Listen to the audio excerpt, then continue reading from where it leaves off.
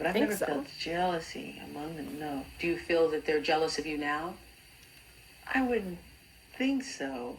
Oprah. I don't think so, no. I'm gonna need Oprah to calm down. What is this with some jealousy stuff? Honestly, I feel like, okay, yeah, like ask the question once, but to ask it multiple times, he said no. If Michael Jackson is winning, his entire family is winning. Period. 1, 2, 3.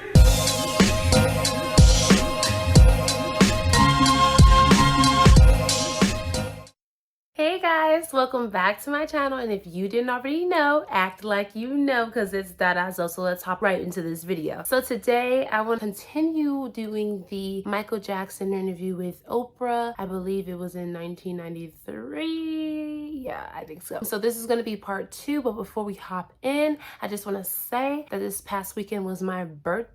Big Virgo vibes, so we already know. Yeah, if you want to say happy birthday in the comment section, you're welcome to. Don't forget to like, comment, share, subscribe, and if you want to do that at the end, then cool. Not want to go. Were your brothers jealous of you when you started getting all the attention?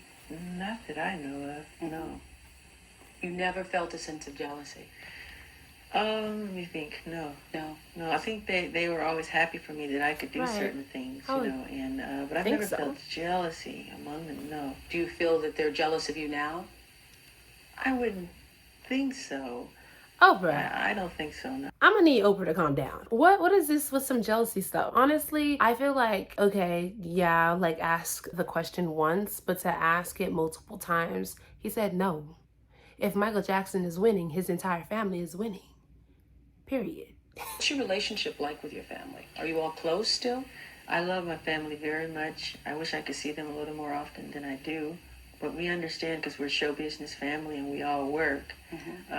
We do have family day when we all get together. We'll pick a person's house. It might be Jermaine's house or Marlon's house or Tito's house. And everybody will come together and we'll fellowship and love each other and talk and catch up on who's doing what. And, you know.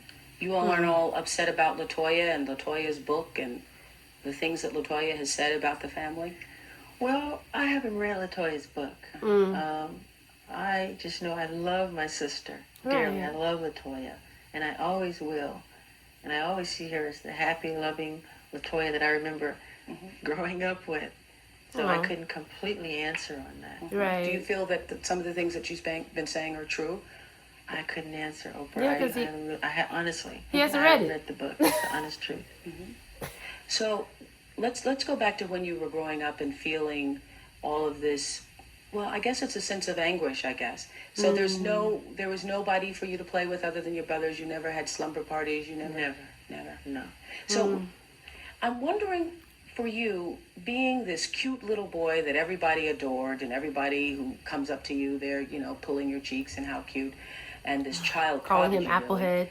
How adolescence affected you? Because I call, adolescence going through that duck stage where everything's awkward, And I'm wondering if when you started to go through adolescence, having been, this child superstar, did that was that a particularly difficult time for you? Very, very, very difficult.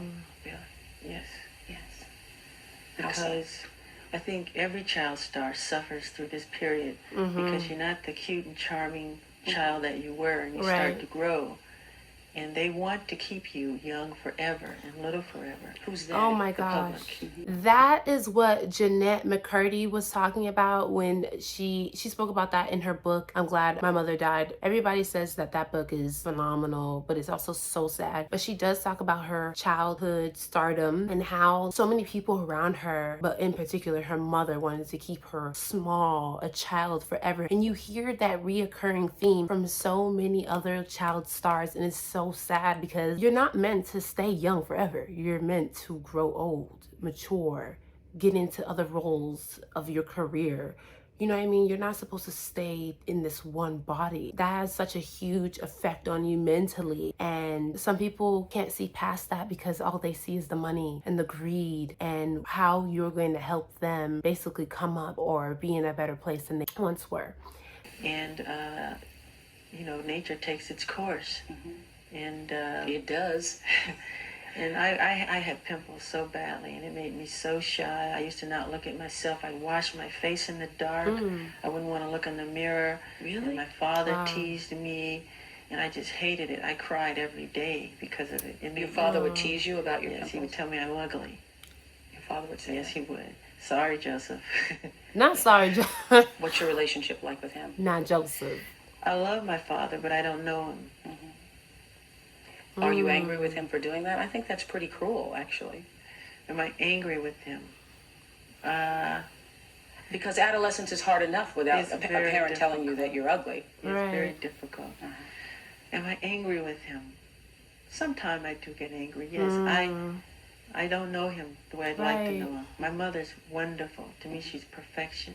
I Oh, just wish I could understand my father. right. And so let's talk about these teen Sounds like years. internal hate. Is that when you started to projecting. go inside yourself? Because obviously you haven't spoken to to the world for 14 years. I think is your last televised interview.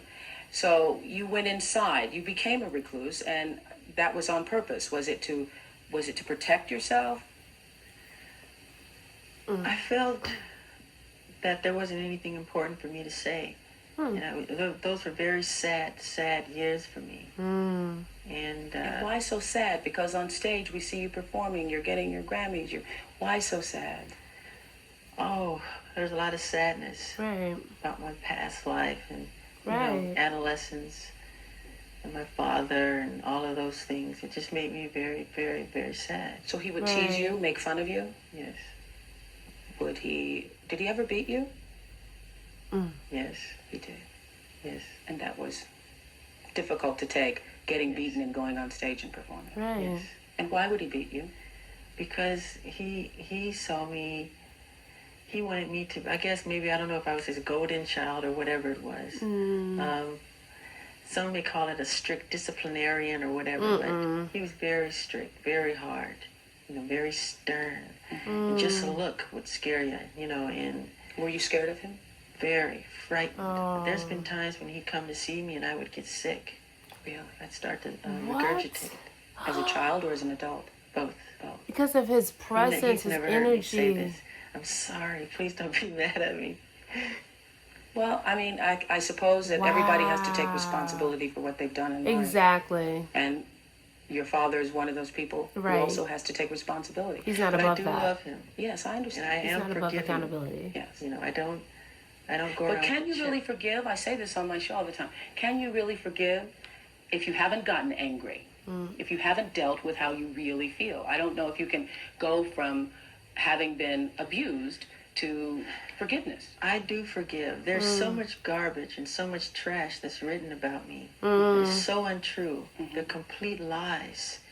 And those are some of the things I want to talk about. The press has made up so much god-awful, horrifying stories I know. that are completely appalling. So I'm gonna stop it right here. Honestly, I feel like we got into like the thick of,